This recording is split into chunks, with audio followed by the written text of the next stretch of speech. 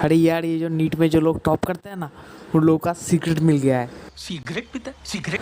अरे बाबू भैया, सिगरेट नहीं, सीक्रेट सीक्रेट। ये लोग क्या करते हैं ना, ये ट्रू मैन, फिर फॉरेन ऑथर का बुक कैम्पबेल, सब कुछ एक बार में पढ़ डालते हैं और एनसीईआरटी पढ़ते ही नहीं।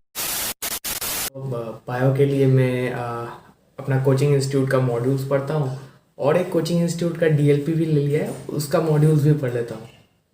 एनसीईआरटी में नहीं पढ़ता, बहुत पतला बुक है और बहुत बेसिक बुक है, उससे तो क्वेश्चन नहीं आ सकते। तो मॉड्यूल्स में अच्छी तरीके से रट लेता हूँ, उससे सब कुछ हो जाता है। अब देखो यार, मैं अपने स्कूल के ज़माने में टॉपर था। अब एनसीईआरटी तो एक बेसिक बुक है, तो आता है ऑल इंडिया लेवल का एग्ज़ाम है, उस बुक तो फॉलो नहीं कर सकते। तो बड़े बड़े बुक्स होता है ना, जो कि अब वीर वाला रस्तों की ले लो, फिर आपका ट्रूमैन ले लो, फिर आप मॉडर्न एबीसी ले लो, ये सब कुछ मैं आजकल पढ़ता हूँ ताकि आपका मतलब बायो का जो फाउंडेशन बहुत स्ट्रॉन्ग बन जाए। तो यार ठीक है, मेरे कुछ सवालों का जवाब दे दो, ठीक है। तो 2018 का जो ओडिशा का पेपर था, उसमें ये सवाल आया था, Ramachandran plot is used to confirm the structure of, answer होगा प्रोटीन्स। अब नहीं, ये तो एनसीईआरटी में नहीं है, ये कहाँ से है? अगर तुम एनसीईआरटी का सेल चैप्टर खोल के देखो और उसके सेकंड पेज में अगर तुम जाओ, तुम्हें लेफ्ट साइड पे एक साइंटिस्ट का कॉलम मिलेगा। अगर तुम उसको ध्यान से पढ़ो तो तुम्हें इस क्वेश्चन का जवाब मिल जाएगा। अब ये तो एनसीईआरटी में दिया हुआ है, पर तुमने तो पढ़ा नहीं है, ठीक है। तो मैं आपको प्रूफ दिखाता हूँ कि क्वेश्चंस कैसे फ्रेम होते हैं और डायरेक्ट एनसीईआरटी के लाइंस को पिक करके कैसे क्वेश्चंस को बनाया जाता है। तो पहला एग्जाम्पल देखते हैं।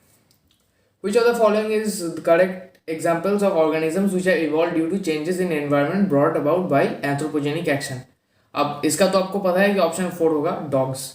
अब अगर आपने एनसीईआरटी ध्यान से नहीं पढ़ा हुआ है तो आपको क्या लगेगा, ड्रग रेजिस्टेंट यूकैरियोट्स, ड्रग्स को जब एंटीबायोटिक को अप्लाई किया जाता है, मतलब एंटीबायोटिक एक ड्रग है, तो प्रोकैरियोट्स रेजिस्टेंट डेवलप करता है ना, यूकैरियोट्स तो नहीं करते। तो आप, और उसके बाद भी आंसर्स कॉलम में पहला ही ऑप्शन डी है, तो आपको स्ट्राइक करेगा, आप आंसर डी मार लोगे, बस गलत हो गया। आंसर होगा B C D, all of them. अब इसको आप कैसे ढूंढोगे? अगर आपने एनसीईआरटी ध्यान से पढ़ा है तो एवोल्यूशन चैप्टर में आपको एक पेज मिलेगा।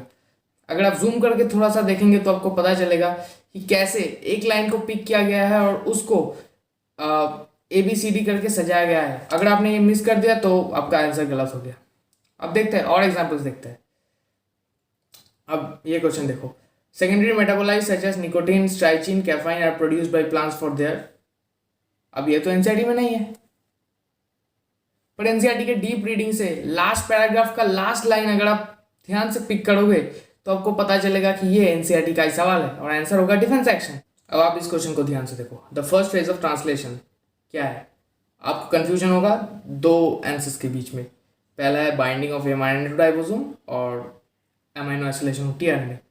अगर आपने किसी और बुक से पढ़ा होगा तो वहाँ पे आपने डायग्राम देखा होगा कि पहले एमआरएनए के ऊपर राइबोसोम बाइंड होता है, फिर ट्रांसलेशन स्टार्ट होता है।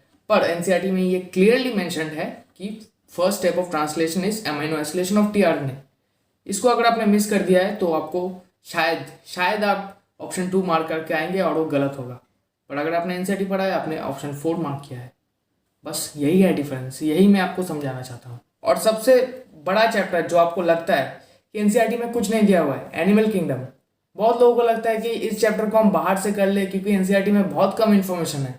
उन लोगों के लिए ये सवाल देखो, डायरेक्टली फ्रॉम एग्जाम्पल से क्वेश्चंस को पिक किया गया है, एग्जाम्पल्स को यूज करके। और ये कौन से एग्जाम्पल्स है जो एनसीईआरटी में दिया हुआ है? 2020, 2019 दोनों में ही एग्जाम्पल से क्वेश्चन पूछा गया है। अरे क्योंकि एग्जामिनर को पता है कि इन चैप्टर्स में लोग बाहर का बुक रेफर करता है और एनसीईआरटी का एग्जाम्पल्स मिस कर जाता है। मैं ये नहीं कहना चाहता कि बाहर के जो बुक्स है, रेफरेंस बुक है, बहुत खराब है या बहुत मतलब बैकवर्ड है, इररिलेवेंट है, मैं ये नहीं कहना चाहता। वो बुक्स कॉन्सेप्ट में बहुत बढ़िया है, कंटेंट भी बहुत अच्छा है।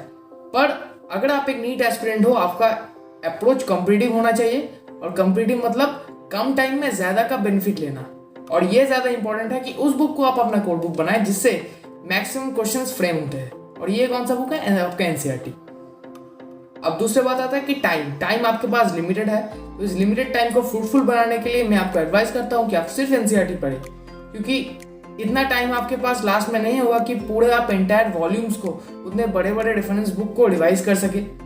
और डिवीजन के टाइम मान लो कि आपके पास 2 महीने हैं डिवीजन के लिए, आप एनसीईआरटी को 4 to 5 टाइम्स रिवाइज कर सकते हो, पर उन बड़े बड़े वॉल्यूम्स को आप हार्डली 1 या 2 बार कर सकते हो, और उन 1 या 2 बार में हो सकता है कि कुछ इंपॉर्टेंट इन्फॉर्मेशन आपसे मिस हो जाए। अब बात करते हैं प्रोडक्टिविटी के ऊपर। अगर आप बड़े बड़े वॉल्यूम्स और बुक्स फॉलो कर रहे हो, जैसे कि आपका एबीसी हो गया, ट्रूमैन हो गया, वीरवाला रस्तोगी हो गया, उसमें जो इफेक्टिव इन्फॉर्मेशन है जिससे क्वेश्चन बनने का प्रोबेबिलिटी ज़्यादा है, ये पोर्शंस आपका डाइल्यूटेड है। मतलब इसके साथ साथ और भी बहुत सारे इररिलेवेंट इन्फॉर्मेशन है। अगला वीडियो इसी टॉपिक पे आएगा कि एनसीईआरटी को कैसे आपको रीडिंग करना है। इसलिए चैनल पे बने रहिए। मिलते हैं आप लोगों से अगले वीडियो में, तब तक के लिए गुड बाय।